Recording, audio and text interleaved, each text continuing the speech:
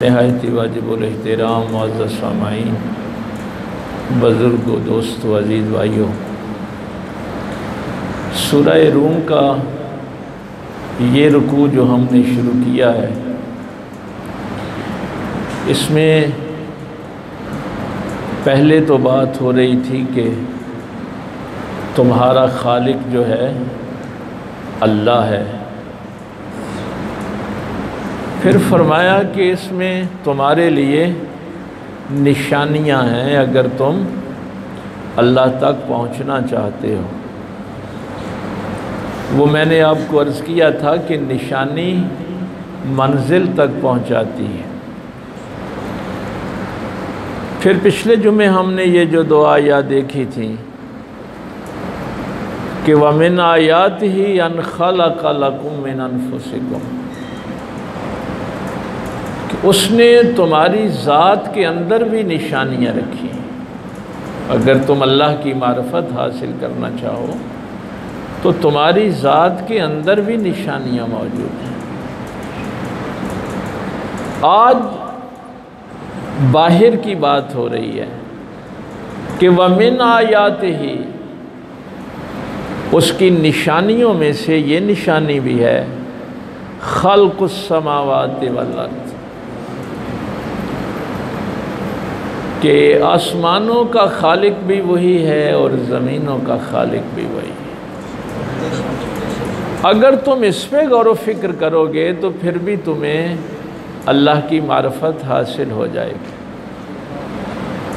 वख्तिलाफ़ अलसिनतिकुम व अलवानिकुम, तुम एक माँ और बाप की औलाद हो लेकिन तुम्हारी ज़ुबानें मुख्तलिफ हैं। अगर इस पे गौर करोगे फिर भी तुम्हें अल्लाह मिल जाएगा। व अलवानिकुम, तुम्हारे रंग मुख्तलिफ हैं। एक आदम और एक हव्वा की औलाद हो लेकिन ज़ुबानें मुख्तलिफ और तुम्हारे रंग मुख्तलिफ। इन्न फ़ी ज़ालिका लआयातिल लिल आलमीन, फरमाया ये निशानियाँ आलमीन के लिए। यहाँ कोई मुसलमानों मोमिनों की तख़सीस नहीं की, पूरे आलमीन को मुखातिब किया। और फिर फरमाया वमिन आयातिही मनामुकुम बिल्लैल वन्नहार, उन्हीं निशानियों में से एक निशानी तुम्हारी नींद है, तुम्हारा सोना है। क्या ये नींद तुम कहीं से खरीद सकते हो? अगर नींद की गोलियां भी खाओगे ना तो ज़्यादा खा लोगे तो मर जाओगे। और फिर ये सोना बिल्लैल वन्नहार, रात का भी सोना और दिन का भी सोना, इसमें भी निशानी है। वब्तिगाउकुम मिन फज़ले, और उसका फजल तलाश करने के लिए, रिज़्क़े हलाल के लिए ये जो तुम्हारी सोच और फिक्र पैदा होती है, इसमें भी निशानी। और यहाँ फरमाया इन्न फ़ी ज़ालिका लआयातिल लिक़ौमिन यस्माऊन, ये निशानियां हैं जो गौर से सुनते हैं। पिछली आयत में फरमाया था निशानियां हैं आलमीन के लिए, और यहाँ फरमाया कि ये निशानियां हैं जो गौर से सुनते हैं, उनके लिए। देखिए मिलाद शरीफ के दिन है, एक बात मैं बुनियादी आपसे अर्ज़ कर दूं। नबी जो आते हैं ना, वो इंसान का जो इंसानी स्टैंडर्ड है वो कायम करने के लिए आते हैं। यानी इंसान का जो इंसानी मयार है। देखिए क़यामत वाले दिन भी ये जो ज़ाहरी हम इंसान हैं, बहुत से लोग जानवरों की शक्ल में उठेंगे। और इस जहान में भी वो जो नामे पारे में फरमाया कि तुम्हें चलते फिरते इंसान नजर आते हैं काला नाम, हालांकि वो छुपाए, वो छुपाए। और आगे फरमाया बल हुम अज़ल, बल्कि छुपायों से भी बदतर।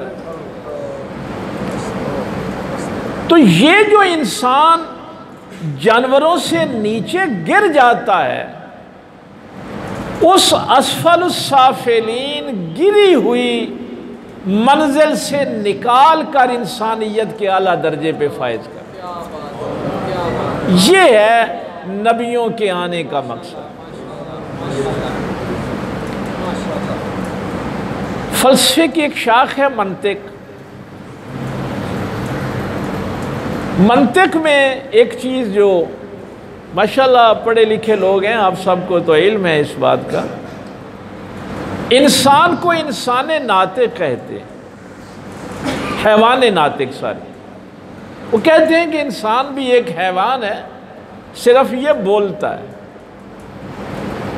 ये बहुत पुरानी फलसफे वालों की डेफिनेशन कि बोलने वाला हैवान।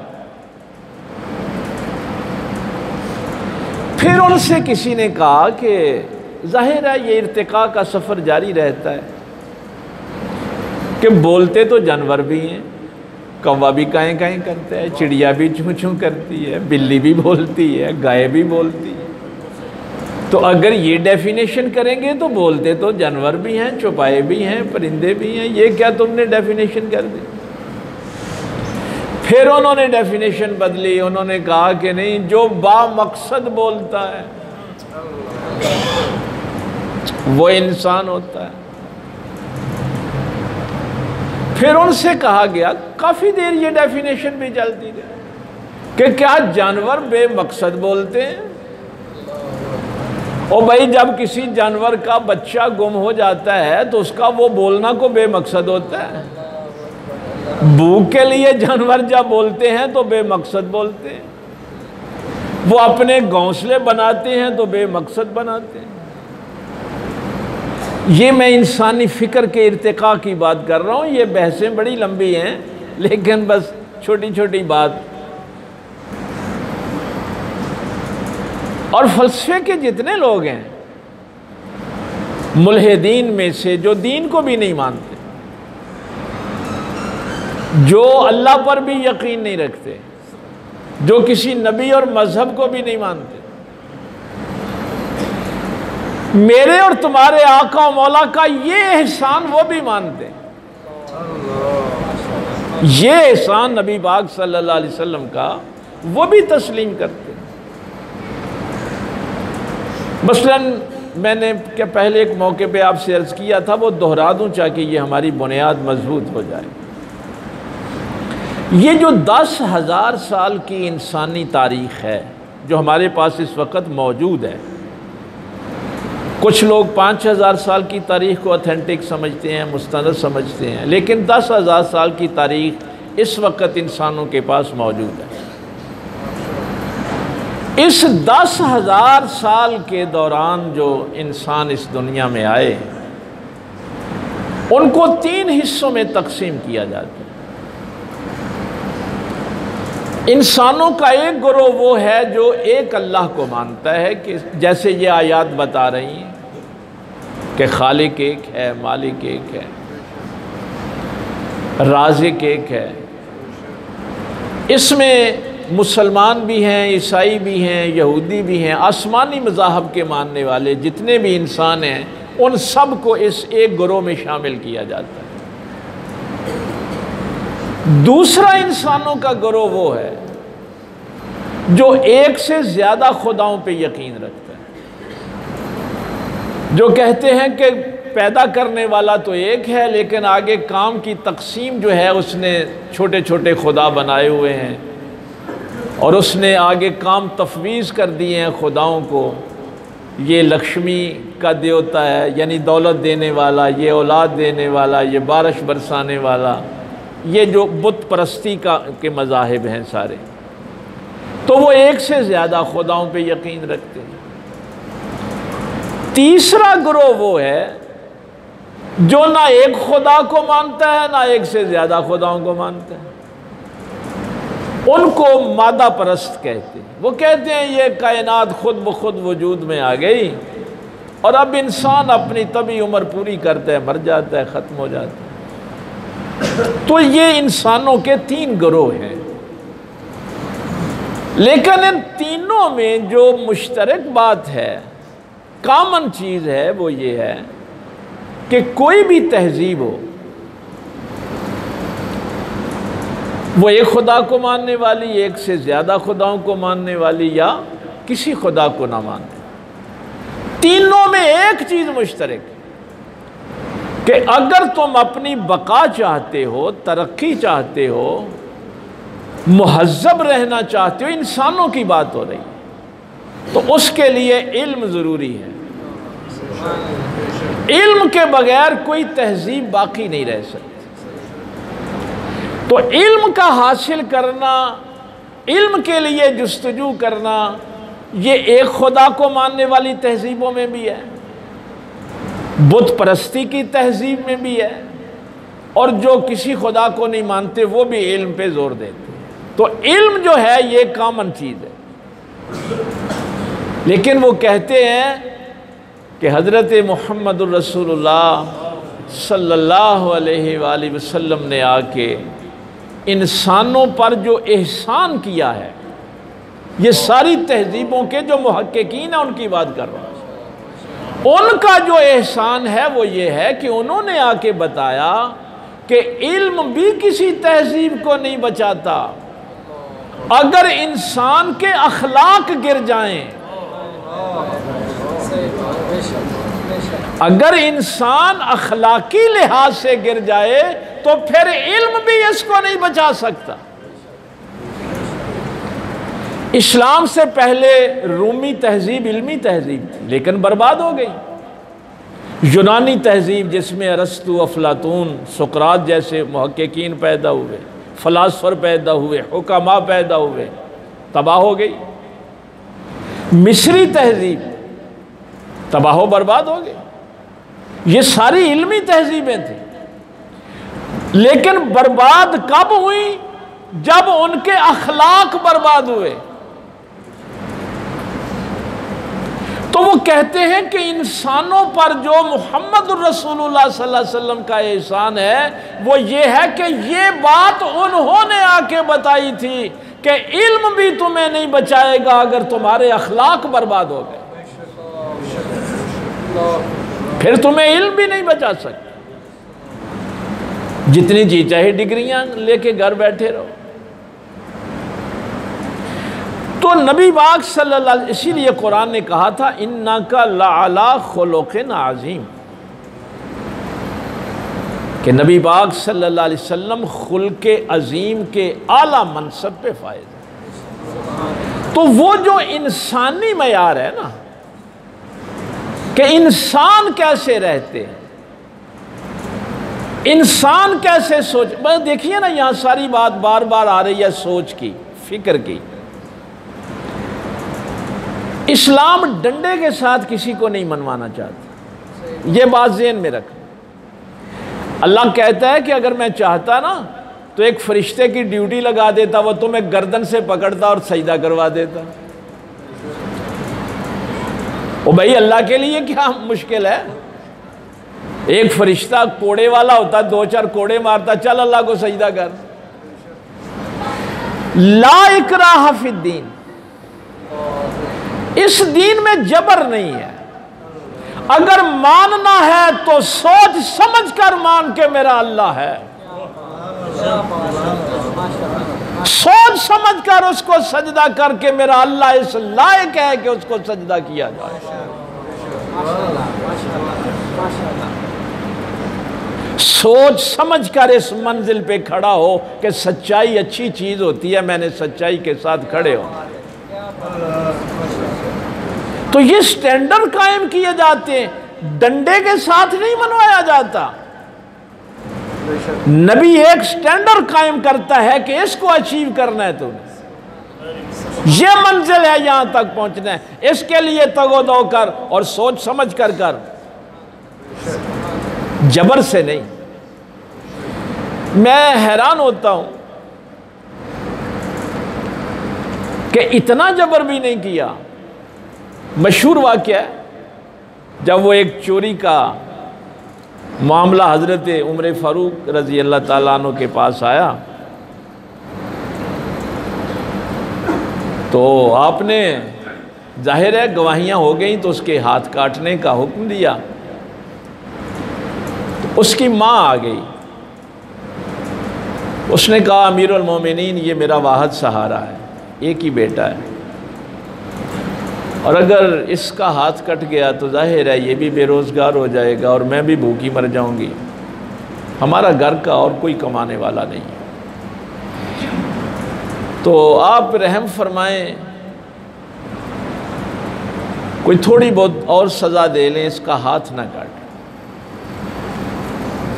साथ उसने एक जुमला कहा, उसने कहा अमीरुल मोमिनीन वैसे भी इसने पहली चोरी की है तो एक दफ़ा तो माफ़ी होनी चाहिए। जब उसने ये कहा ना उस औरत ने, हज़रत उमर फ़ारूक गुस्से में आ गए, फरमाया पहली चोरी पे तो मेरा अल्लाह पर्दा डालता है, पहला गुनाह अल्लाह सामने नहीं आने देता, वो मौका देता है बंदे को तौबा का। ये मुमकिन ही नहीं है कि इसने पहली चोरी की और मुझे पकड़ा जाए। यानी देखिए अल्लाह का तरबियत का जो निज़ाम है, यानी जो तरबियत का अल्लाह ने निज़ाम, ये जो आखिरी आयत का हिस्सा पढ़ा है ना, इन्ना फी ज़ालिका लाआयातिन लिक़ौमिन यस्माऊन।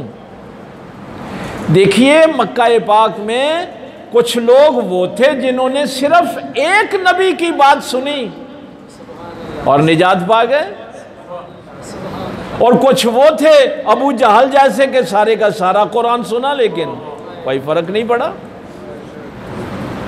क्यों? वो इंसानियत के उस मंजिल पे नहीं जाना चाहते थे जहां नबी उनको लाके खड़ा करना चाहते थे। उनकी सोच इंसानों वाली नहीं थी। अब जब सरकार ने पूछा ना, आपने फरमाया सच बता, फिर कहने लगा कि नहीं तीसरी दफा चोरी की। आपने फरमाया ये नहीं, ये अल्लाह की तरबियत जो है उस तरबियत का ये हिस्सा है, इसलिए कि उसकी सिफात में से, उसके असमास में से ये दोनों लफ्ज़ जो है ना, गफ़ार और सत्तार, गफ़ार का माना भी पर्दा डालने वाला है। जब आप अल्लाह से कहते हैं ना अल्लाह गफूरुर रहीम है और मगफरत मांगते हैं, मगफरत का मतलब भी यही है कि मौला करीम मेरे गुनाहों को आया ना कर। और सत्तार का माना होता है बहुत ज्यादा पर्दे डालने वाला।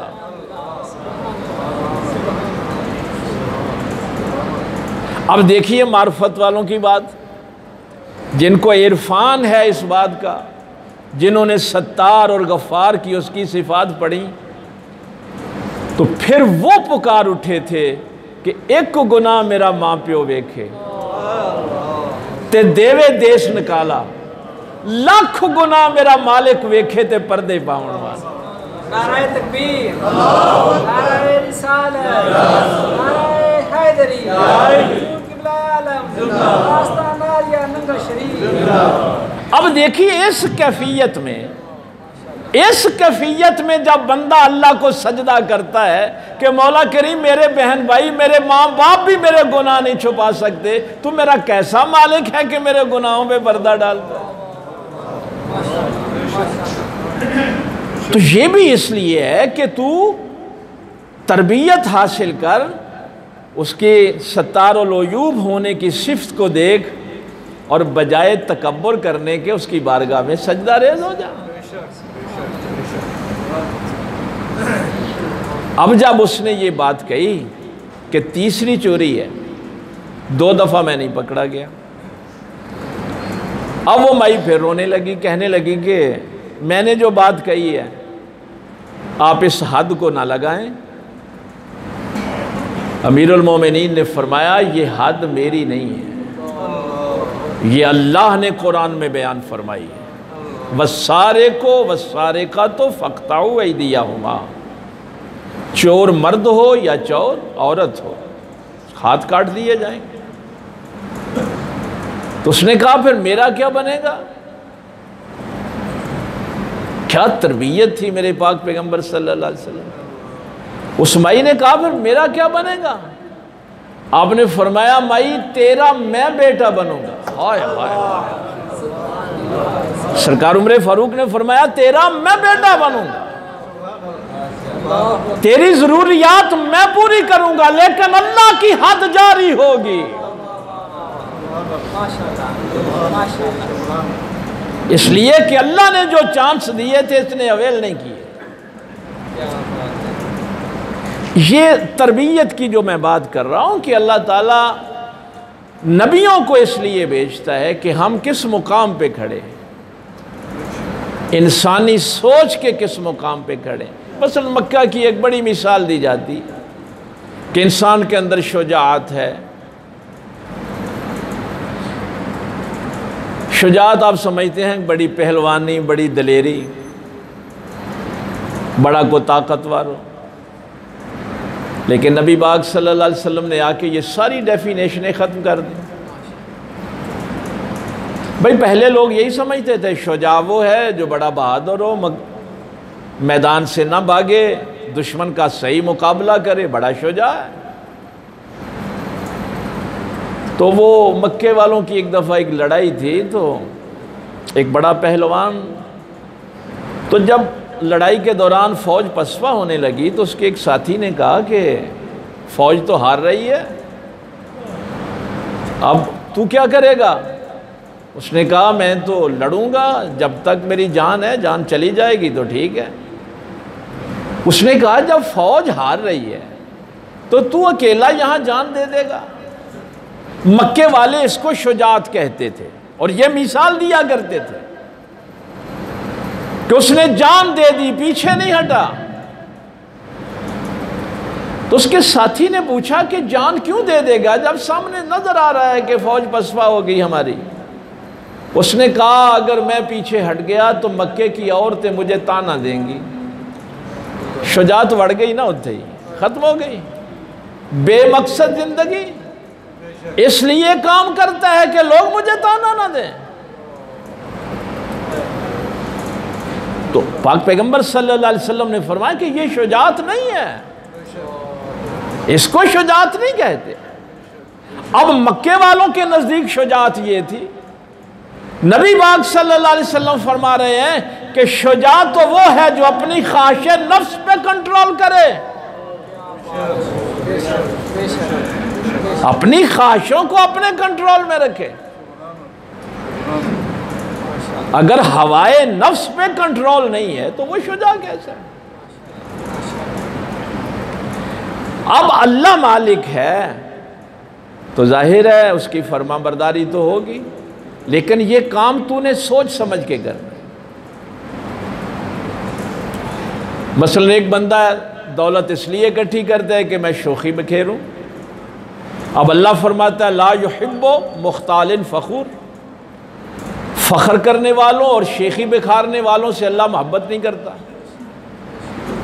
ये जो शेखियाँ बखेरते फिरते हैं ना, इससे बड़ी बात और मैं क्या आपको बताऊं कि पाक पैगंबर सल्लल्लाहु अलैहि वसल्लम फरमाते हैं अगर किसी ने कीमती लिबास इसलिए पहना कि लोगों पे उसका रोब पड़े कि इन्हें 10,000 का 20,000 का सूट पाया है, दिखाता फिरे, बताता फिरे, घर जाके अपनी माओ बहनों बेटियों को भी बताना, तो वो तहजीब तो वो थी, लेकिन ये इंसानी तहजीब नहीं थी, ये इंसानी सोच नहीं थी। नबी पाक सल्लल्लाहु अलैहि वसल्लम ने फरमाया जिसने कीमती लिबास इसलिए पहना कि वो दूसरों पे, गरीबों पे, मिस्कीनों पे अपना रोब डाले, उनको कम तर समझे कि मेरा लिबास कीमती है, फरमाया उसको क़यामत वाले दिन आग का लिबास पहनाया जाएगा। यानी सोच का मयार क्या बदल दिया।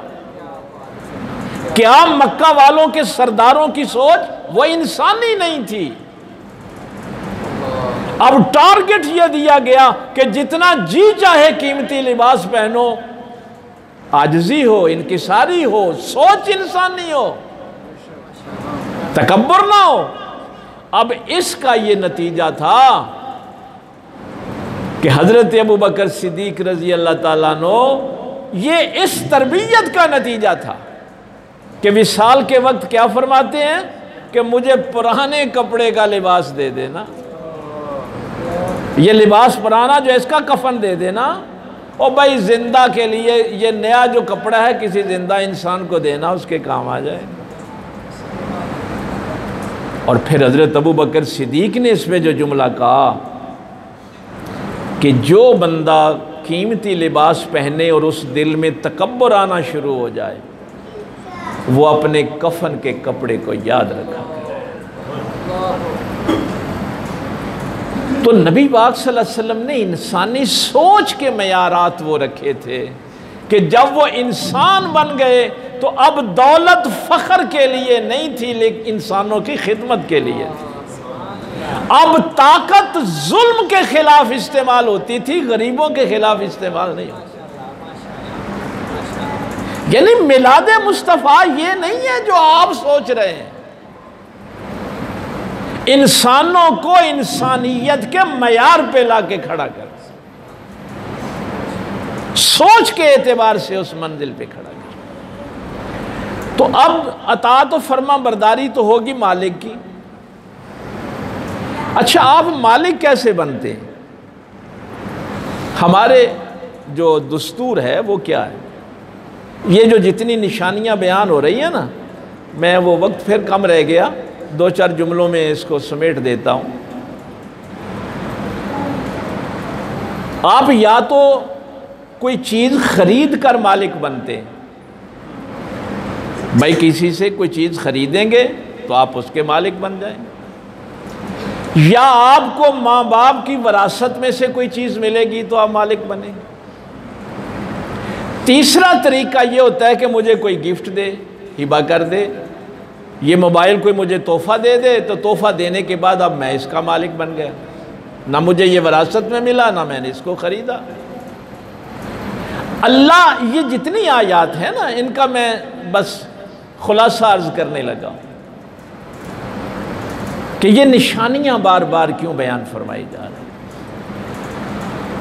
ज़मीन व आसमान उसने खल्क किए, ये बातें सारी समझाने के लिए ये 2-4 जुमले।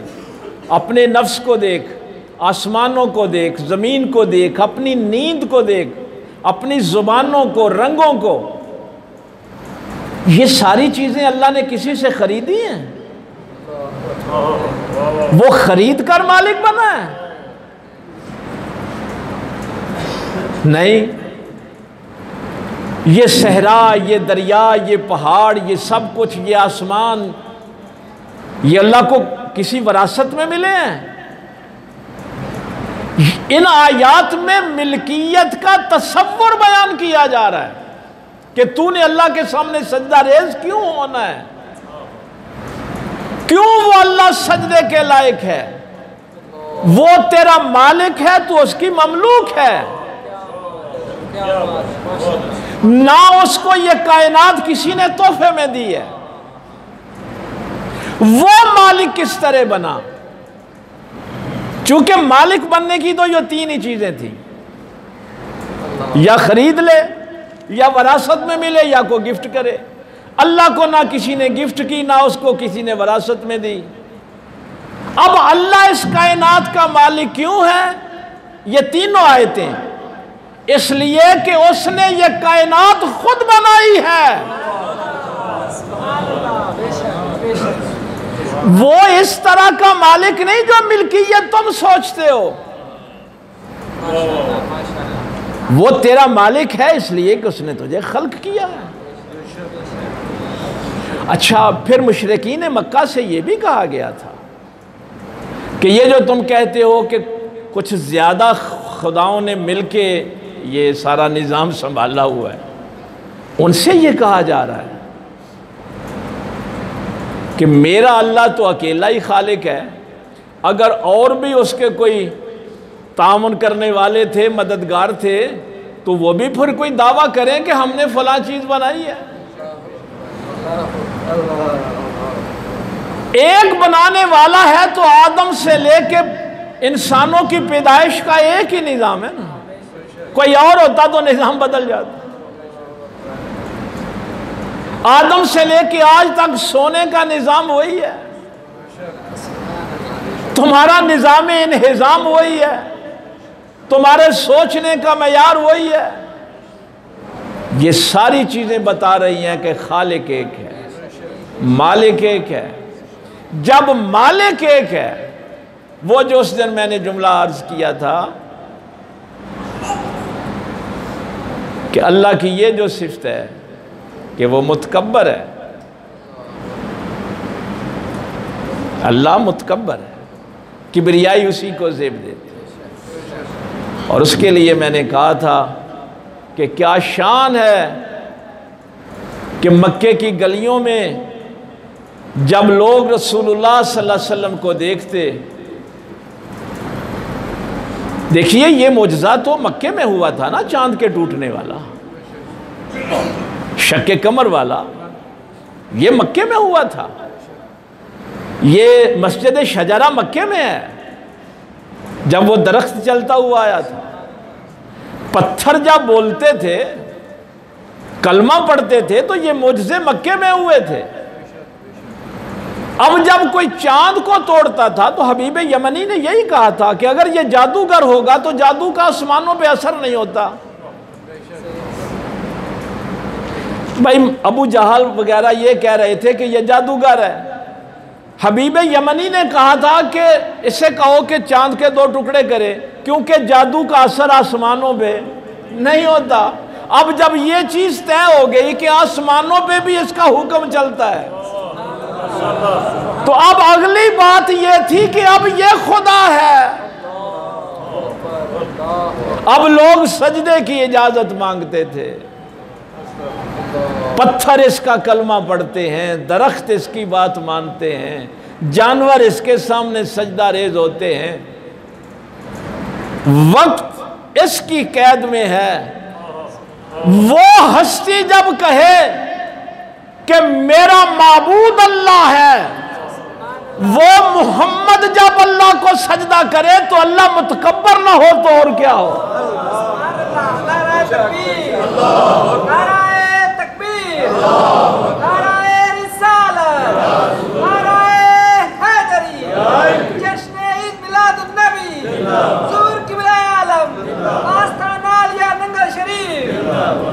इसलिए कलमे में भी सरकार कहते थे अशहदु अन्ना मुहम्मदन अब्दुहु व रसूलुहु, मुझे अब्द पहले कहो, रसूल बाद में कहो।